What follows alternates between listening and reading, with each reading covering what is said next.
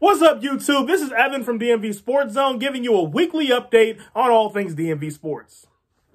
We're going to start in the NBA with the Washington Wizards, where last night they snapped a 9-game losing streak, beating Detroit 126-107 up at Little Caesars Arena, thanks to 32 points from Kyle Kuzma, the Michigan native. The win improves the Wizards to 3-14, just their second win in the month of November. Up next for Washington, they will be in Orlando taking on the Magic to close out the month of November. And then they'll start the month of December right back in Orlando on Friday, and that will be the rest of the games for the week. Now, for the Wizards, really, the season's over. I mean, the season's really not about competing. This is year one of a rebuild. So, really, the biggest question is who stays and who goes at the trade deadline. I could make another video going more into depth on that, but let me know if y'all want it.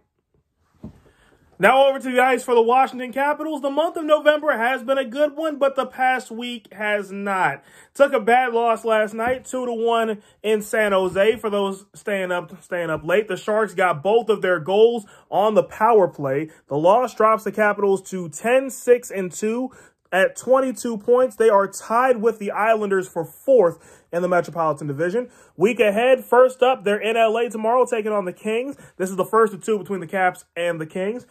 And then right after that, Thursday, they close the month in Anaheim taking on the Ducks after they split with Anaheim last season. They'll continue their road trip, start out the month of December in Vegas taking on the Golden Knights. That'll be the last of two between the Caps and the Knights. Washington took the first game back in November a couple weeks ago, final count of 3-0.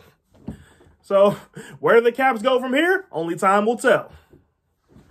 And now for college basketball, we start with the Maryland Terrapins. So for Maryland, it was a rocky start to the season, 1-3, but they've won their last two. They beat UMBC 92-68 November 21st. Their last outing, a 68-55 win over South Alabama. The Terps record is now even at 3-3, looking to get over 500 and win their third game in a row tonight when they take on the Rider Broncs. That's a Rider team that is 1-4. They've lost 4 in a row. Their last game was a 55-48 defeat at the hands of Stony Brook.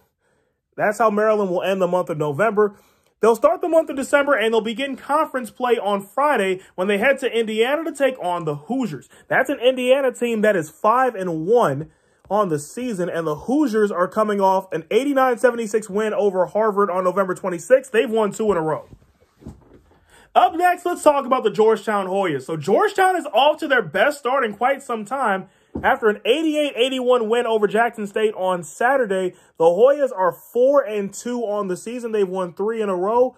Their leading scorer in the win over the Tigers was Jaden Epps. Epps had 34 points in the win. So Georgetown closes out the month of November at home tomorrow when they take on the Merrimack Warriors. Merrimack comes into this game at 3-4. They're coming off a 66-60 overtime loss at the hands of Alabama State on November 25th. They've lost 2 in a row. So this is a good chance for Georgetown to win their 4th straight game. This is their longest, which will be their longest win streak in a while.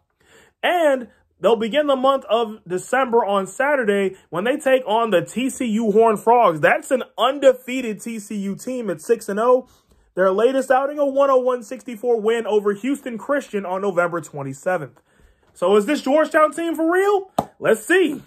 Now we head down to Charlottesville and check in on the Virginia Cavaliers. Virginia's coming in at 5-1, knocking on the door of the top 25. They just fell out of the top 25 after a 56-54 loss to West Virginia on Wednesday.